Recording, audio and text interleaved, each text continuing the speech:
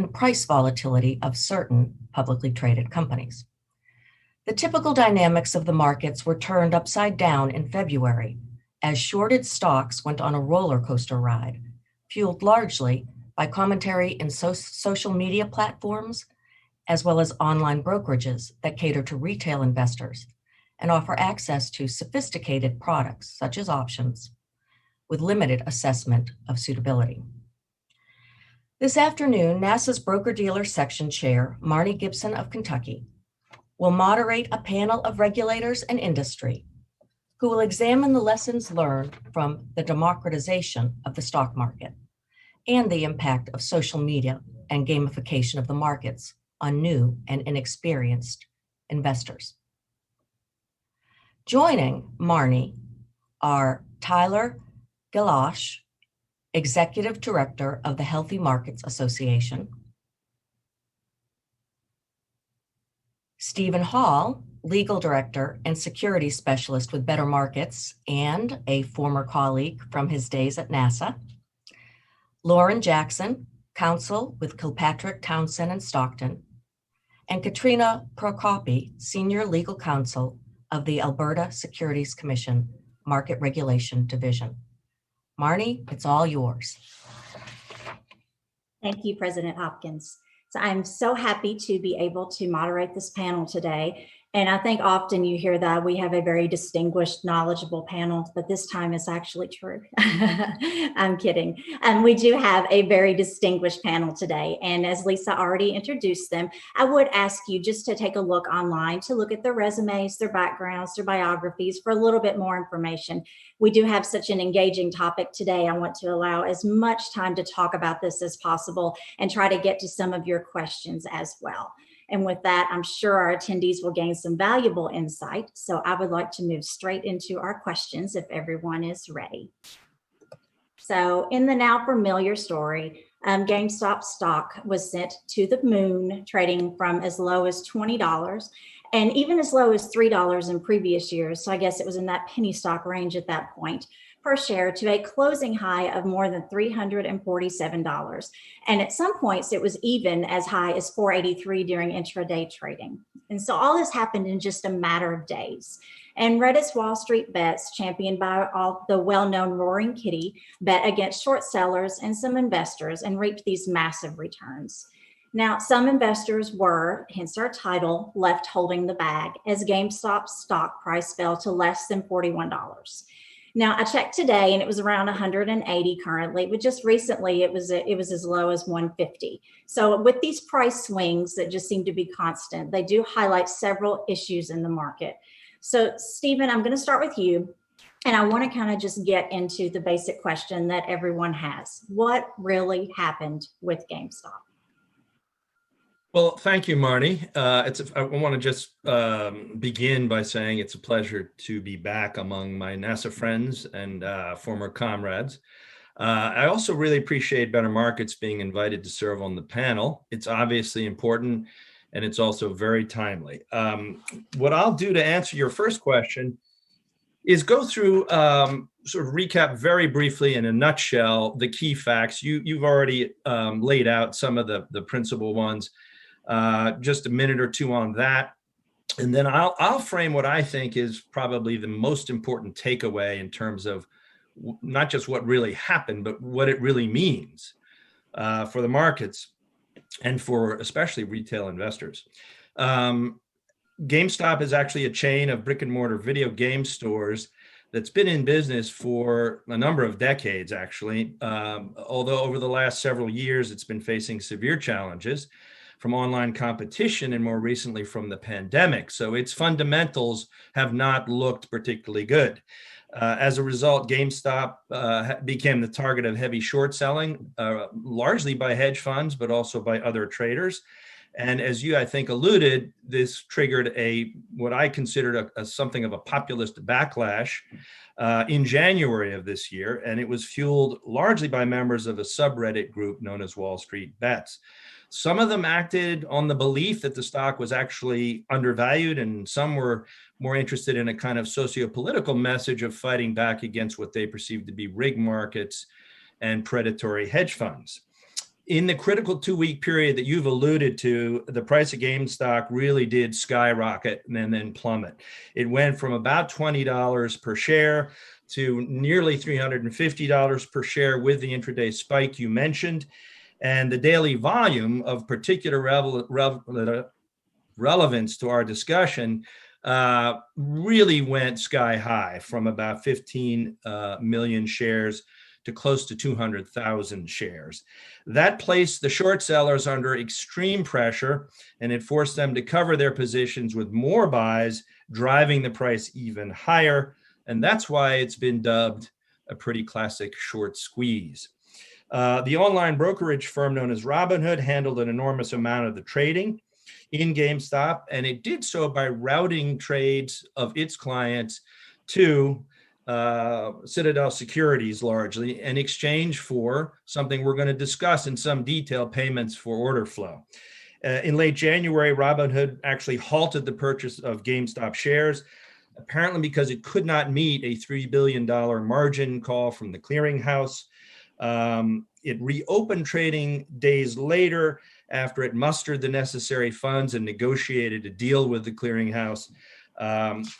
But essentially, to round out the facts, the price of GameStop settled down in early February, but it has continued to be very volatile. And recently, it's trading in about the $180 per share range. So that's part one. Part two of my answer to this important first question is, why does it matter and what's the takeaway? And it matters really for two basic reasons. The first is the damage done to investors. And a lot of retail investors got hurt. And in fact, that's reflected in almost 200 lawsuits that have been filed since January, largely targeting Robinhood and largely basing claims on their halt in the trading and the considerable damage that did during a critical period of price fluctuations. Naturally, of course, some of the headlines reflected the fact that the hedge funds also got beat up and sustained, in some cases, very significant losses in the billions of dollars range. That's the first sort of bucket. The second is that this experience really has exposed some major structural flaws in our securities markets, and that's why this panel is so important. What it highlights in particular are what I call alliances or partnerships between brokers like Robinhood and HFTs like Citadel that enable and facilitate predatory behavior. And it's really three quick things. Robinhood whips up retail trading volume with promises of commission-free trading and promotional gimmicks that relentlessly pressure, in many cases, novice investors to trade very frequently on their platform. Once it has this trading volume, it routes it to a handful of the giant HFTs like Citadel in exchange for massive amounts of PFOF, or payment for order flow. And then Citadel in turn uses its data access and sophisticated trading tools to trade against those orders and really earn almost near certain profits. Retail investors get burned. They don't get best execution. And we'll be talking about that, but it's very clear. And moreover, these practices divert volume away from the lit and transparent exchanges where it really should optimally be when it comes to the public interest. Finally, I'll just say Better Markets has weighed in with a lot of materials, so visit our website if you'd like more information. That's my overview and answer to your question, Marnie. Thank you. So a lot of what you touched on, we will certainly get to. Retail investors are particularly important to the state regulators, so I certainly want to touch on that. Payment for order flow, that's, again, a large part of this, so we'll touch on that as well. But before we get to those things, I want to go just a little bit deeper into kind of the mechanics of this. Ty, I'm going to turn to you to address a couple questions that we have. And generally, one of those that I have is, let's talk about the hedge funds. So they were able to short 140% of the float for GameStop stock. Now, I know there's a lot to unpack here, leads to a lot of those potential policy implications, but can you get into the mechanics just a little bit more for the audience so we can kind of dig down a little bit deeper before we move into more of those discussion-like topics with retail investors and some of the other concerns that we have? Yeah, absolutely. And again, thank you. Same thing. Healthy Markets Association, sort of institutional members. So our members are state pension plans and others. So one of the things that we want to focus on here is the plumbing of how things work. And a lot of people were saying, hey, how can you even have 140% of the market short, of the float short? And isn't this naked short selling? Isn't this unnecessarily driving down the prices? And the answer is maybe, but maybe not. And so we have to think about just how the mechanics work, and we'll talk about settlement cycles in a minute. Right now, if we want to think about what T+2 settlement means, what it means is we do a trade today, and in a couple of days, somebody shows up with the money and someone else shows up with the securities. So there's a couple of day lag between when the trade happens and when everybody has to show up to perform. And one of the things that's interesting is in that time horizon, you could imagine someone borrows the shares, sells them, and then the person that they sold them to then might turn around and lend them out to somebody else who then sells them. And if that happens within our reporting period, you can see how one single share might end up look like it's been sold short 2, 3, 4 times. And so we can end up with these statistics that look like far more is short sold than actually exists. So one, we have to recognize that the statistics that we have for short selling aren't very good. And if we actually go to something that Chair Gensler, the newly confirmed chair of the SEC, has already testified to, it's, hey, we need better disclosures about short selling and securities lending and better public disclosures about that. And he's already testified a little bit to this, and I think we're going to see that. The other part is it's really easy to sell short. So market middlemen, folks like Citadel, as Steve was alluding to before, are actually able to sell short even though they haven't borrowed the stock. And that's where you have the accusations of naked short selling. So while it may not be bad, it may not be that there's all this mysterious pressure of short selling where there's more short selling than there is float, there also could be. We don't know the answer to that. And so there are also pressures on the SEC, I think, to say, hey, we want the market makers to actually have the shares or really have a reasonable basis for believing they're going to have the shares before they sell them out. And so those two things, I think, are really where the regulators are focused. And if you don't address those things, you have situations like we did with GameStop, where once it becomes disclosed that there's a huge short interest, maybe even a misleadingly large disclosure of short interest, then you're going to have things like this, where you can have herd mentality to try to do a short squeeze. So I think we're going to see better disclosures related to that. But I also want people to know there may be some bad here. There may not be. And we don't really know the answer because we don't have good data. Thank you. I want to touch on the T+2 you talked about, but before I do that, Lauren, do you have any comments on that or anything that you want to add to my previous question?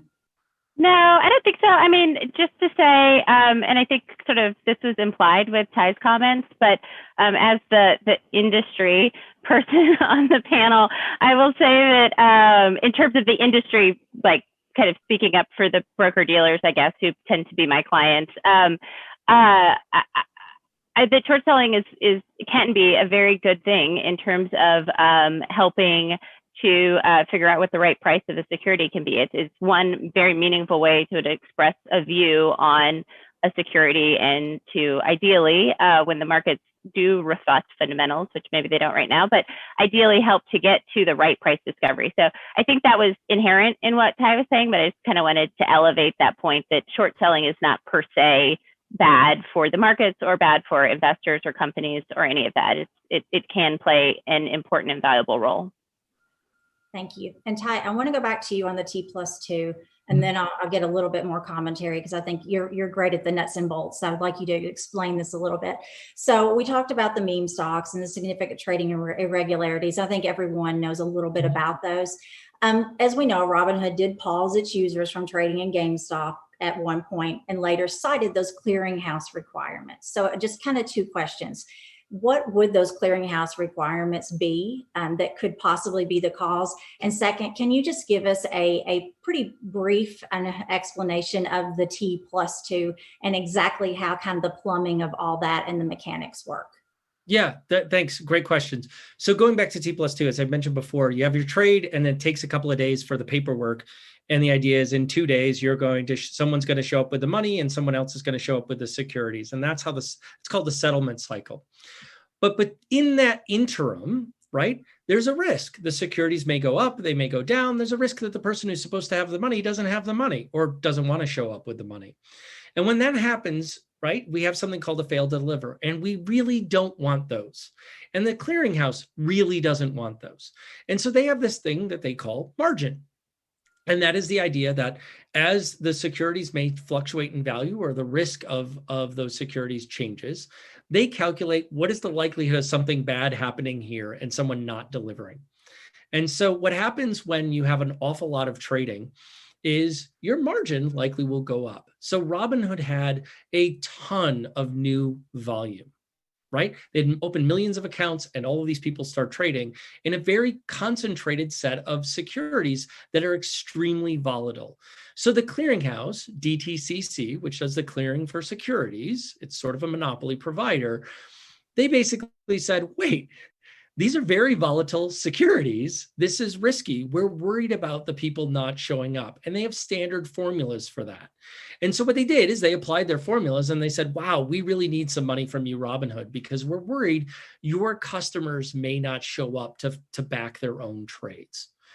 And that normally, if you have a broker dealer that's extremely well capitalized, you would say, okay, no worries. They'll just hand the money over to DCCC and put it in the margin and things will go.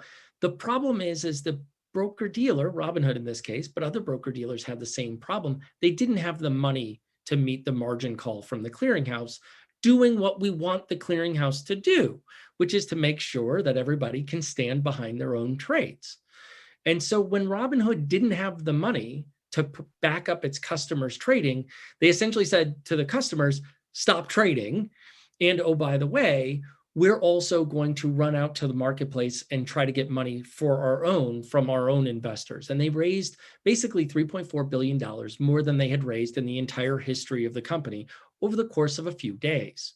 So there are a lot of regulatory implications, but the impact was the lack of capital by Robinhood. And there's no accusations necessarily yet that they violated any rules. They just didn't have enough money to meet the huge surge in volume. Question is whether or not the rules should be changed or whether or not that surge in volume was a one-off thing. So there's a real question over what they should do in terms of meeting the margin call. We know what they did. And now the problem is, from our perspective, we have a lot of upset customers because they couldn't trade.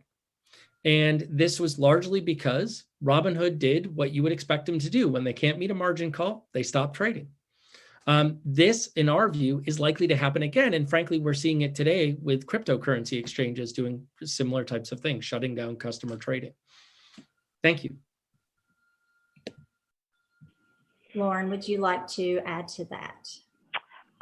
Well, just in terms of kind of where the T+2 cycle is going. So, if anybody is just so enjoying watching this panel that they feel a desire to watch more video footage, there's a great interview between the head of SIFMA and the head of DTCC that's posted to DTCC's website from March. And it talks all about kind of it's meant to talk about how they're going to get to T+1 and how they could even get to T+ same day so that they would do all of their netting and clearing overnight. But at the beginning of it, they do a fantastic primer on sort of the issues Ty was talking about in terms of margin and just kind of why we have clearing, why we have netting out of orders, how it helps in terms of efficiencies for how the market operates, and why, because of that, it really might not ever make sense to go to real-time settlement. So, I think that is a really helpful resource. It was I thought it was done very well, and I think that that's important because when we talk about something like this, there's so many kind of fun, kind of really interesting as of now current topics about social media and, all of the technology behind these apps, and they're pushing things and the predictive analytics and all of those things, which are fascinating. But understanding the real, as Ty called it, and this is generally, I think it's a pretty common notion, the plumbing of all of the different participants in the market that are involved and how each of these things work.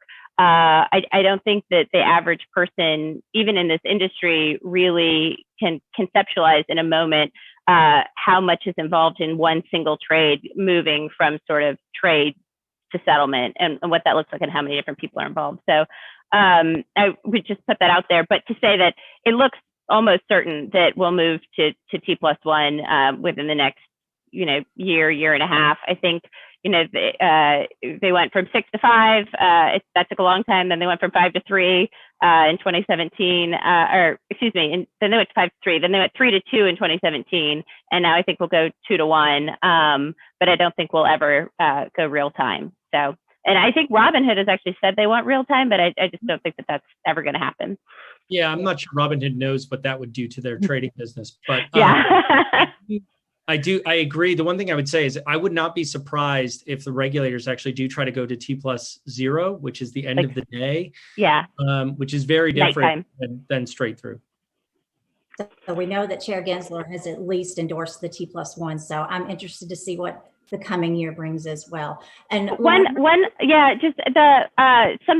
that somebody made on how you get from T2 to T1 to same day, or end of day rather, that I thought might excite this audience is they were speaking about in 2017 when they went from 3 to 2, how it really required every market participant to have a much better understanding of how all of their systems worked, and every place that cited the settlement cycle and every place.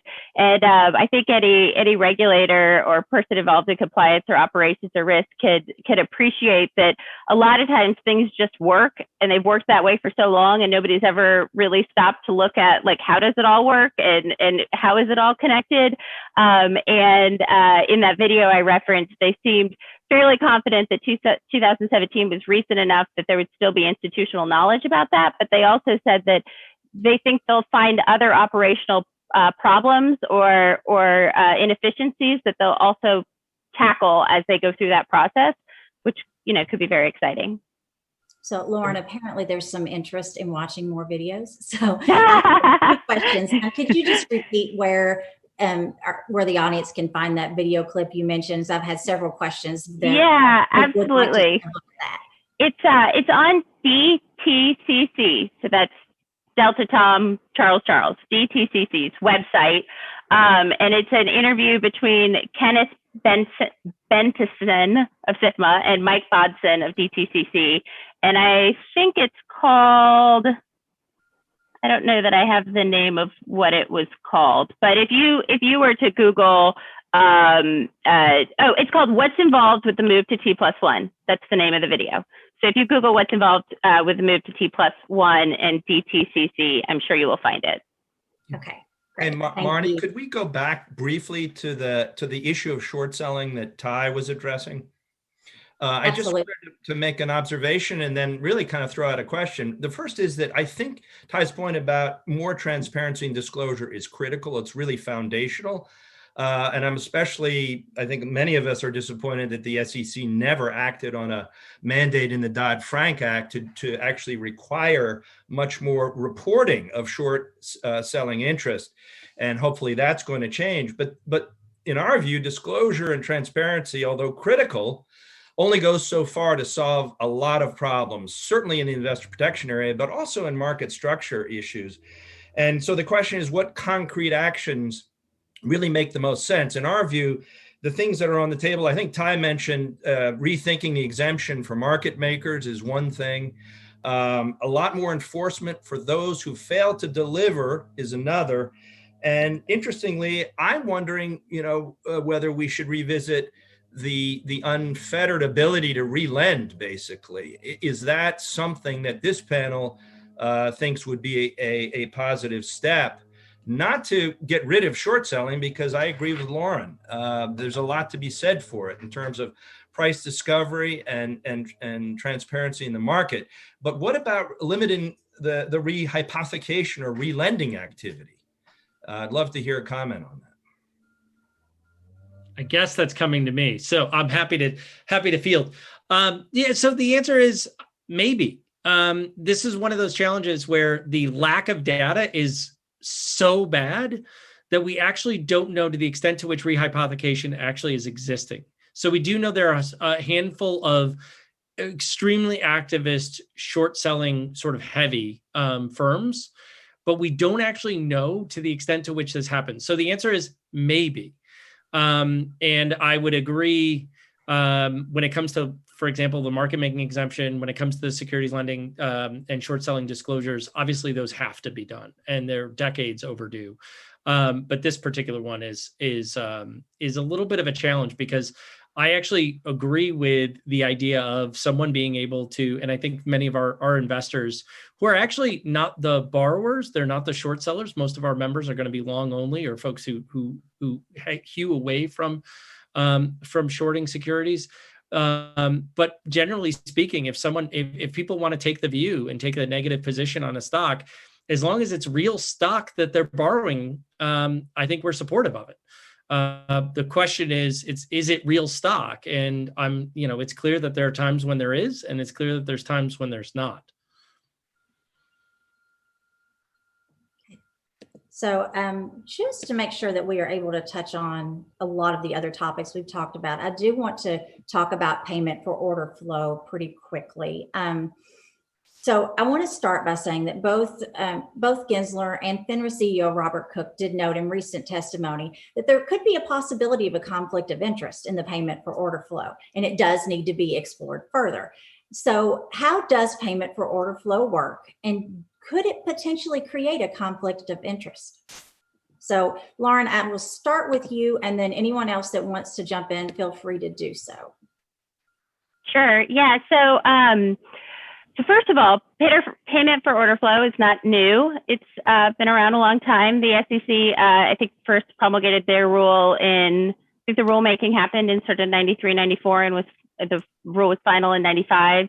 So it's certainly been around a long time. And kind of, simply stated, broker dealers can route their orders for execution to other market participants or to exchanges. And when they do it to market participant, a market maker is a broker dealer that stands ready to buy or sell any security in which they make a market. And so, to the notion of payment for order flow in the best sense, in the ideal, like this could be great for everybody situation, is if a market maker is able to provide a better price than what's called the NBBO, which is the National Best Bid Offer, which is the best price that you would get on the exchange. The market maker could give a better price by kind of matching it up with its internal inventory or doing other things called internalizing, and make a profit themselves. They can share a bit of the profit that they make with the broker dealer that introduced the order flow with them. That's the payment for order flow piece. And the customer gets price improvement because they get a better price than what is, quote unquote, the best price. So, it could theoretically work out wonderfully for all involved.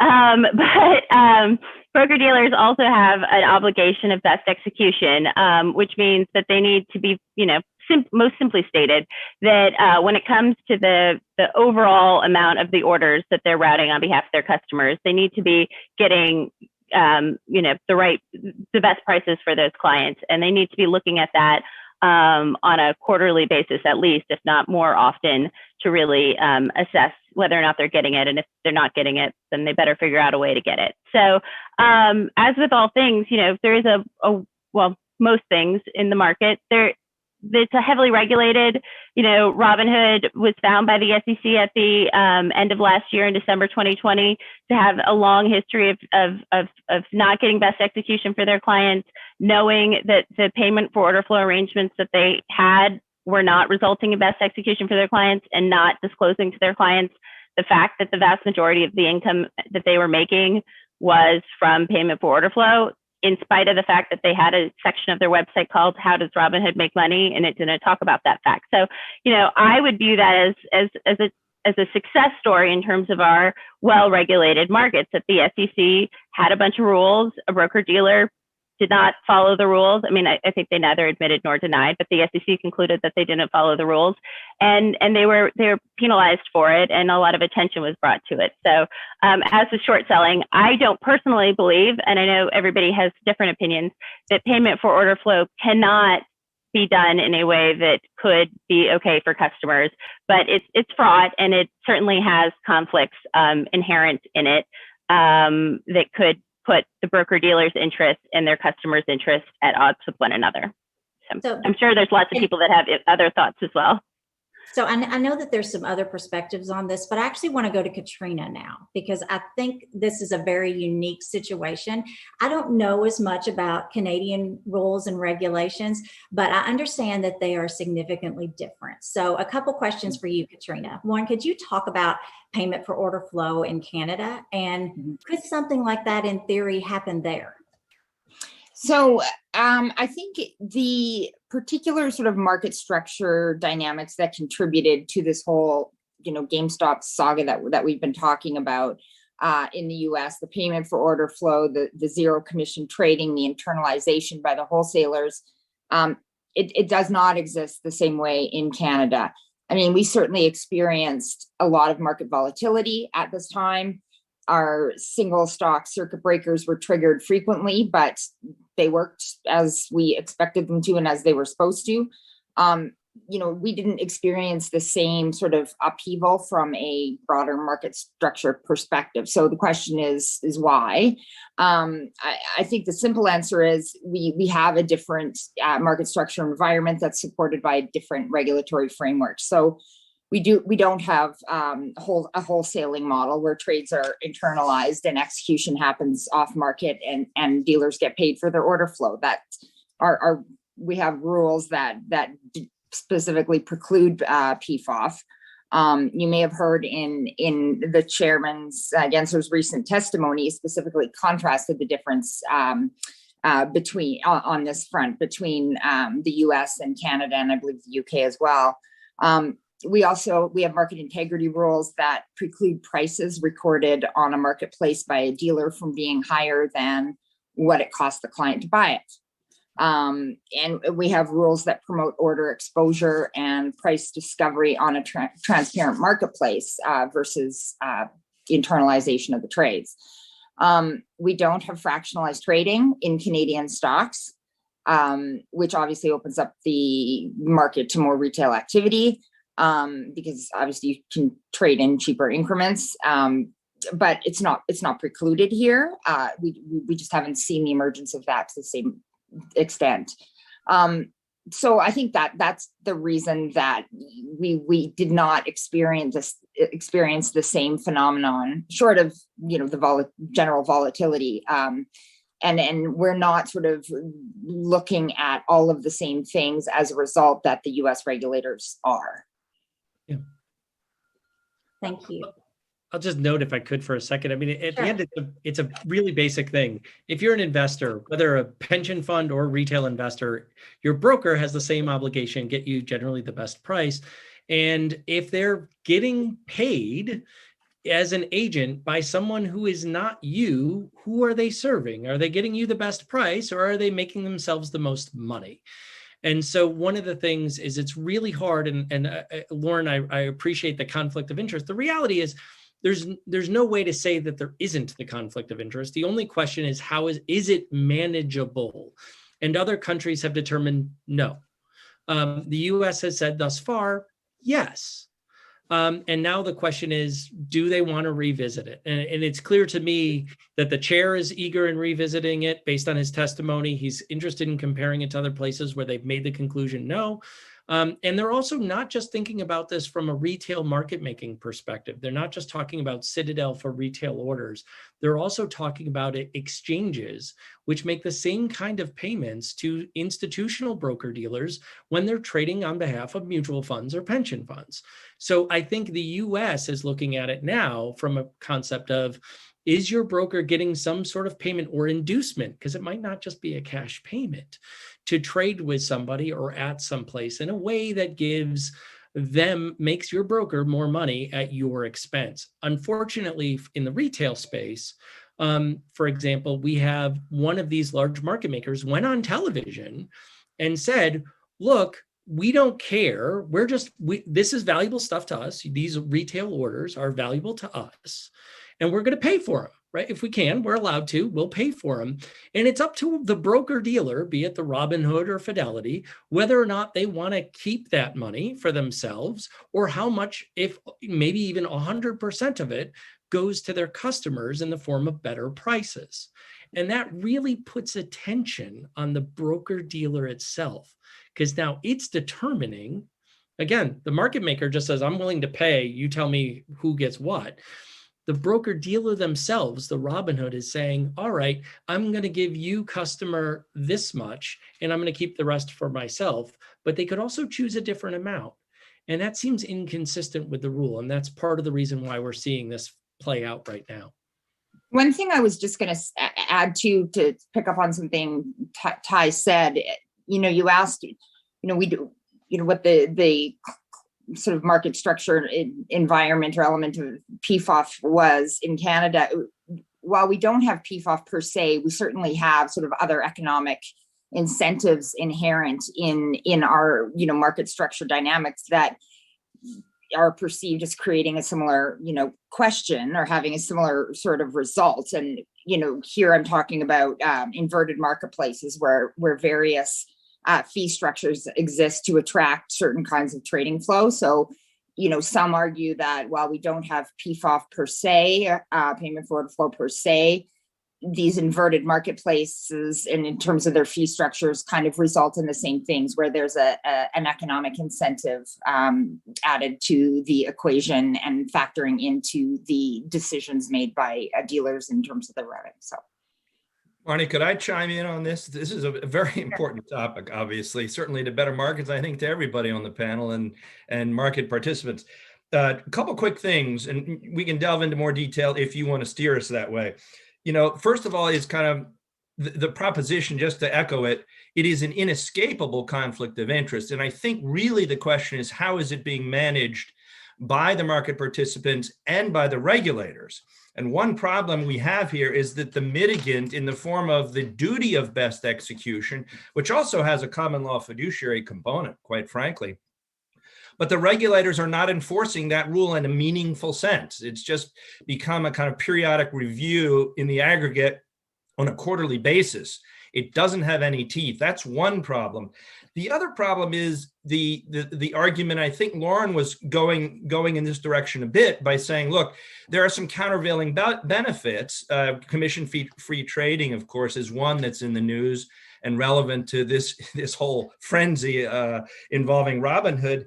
But the notion of price improvement is, in short, misleading, because the NBBO is an outdated and very inaccurate benchmark for what is the best available price.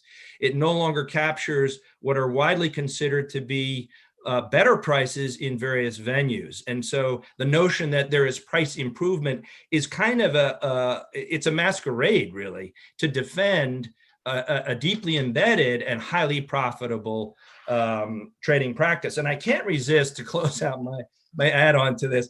I think Lauren may have also mentioned the enforcement action by the SEC against Robinhood, which was very telling. It sort of just proves the point that it's the violations of the best execution duty are rampant. PFOF is corrupting the trading process. But I would add that in the press release, at least, the SEC found that, quote, Robinhood provided inferior trade prices that in aggregate deprived customers of $34.1 million, even after taking into account the savings from not paying commissions. What I think that shows is that a sort of a nifty attempt to trade off commissions and best execution just doesn't really work. We've got to do a whole lot more, in our view, and to Ty's point, it has to be banned along with the maker-taker model, which injects the same level of conflict of interest and corruption to the detriment not only of investors who get bad prices, but also to the public lit exchanges, because it attracts and diverts huge trading volume today, roughly half of retail volume is off the lit exchanges. Ty, you can talk the numbers quantitatively, but it's actually hurting the larger ecosystem of securities trading in a very bad way. So I do want to shift gears just because I'm trying to keep time in mind. Before I do that, let me notice if you look on the screen, it will pop up very